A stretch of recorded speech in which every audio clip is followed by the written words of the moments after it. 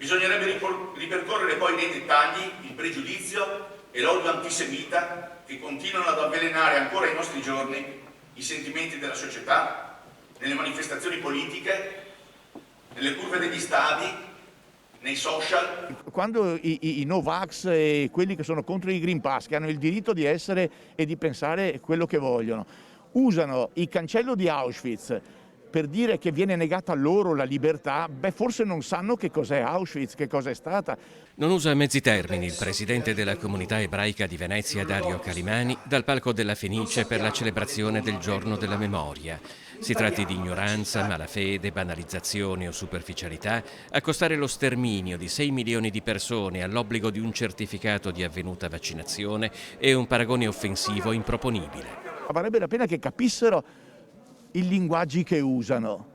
Oggi il linguaggio viene depotenziato in questo modo, volgarizzato, tutto è uguale a tutto, non è possibile accettarlo. Se lo accettiamo, accettiamo anche di vivere una realtà come questa. Accanto alle strumentalizzazioni della Shoah a fini propagandistici o al negazionismo della Shoah per un altro tipo di fine propagandistico, Calimani denuncia anche quella tendenza all'omologazione di questa con altre tragedie presenti e passate, in un miscuglio che appiattisce e uniforma fatti diversi tra loro. Il ricordo della Shoah è un ricordo a sé, per le sue specificità e per i suoi morti.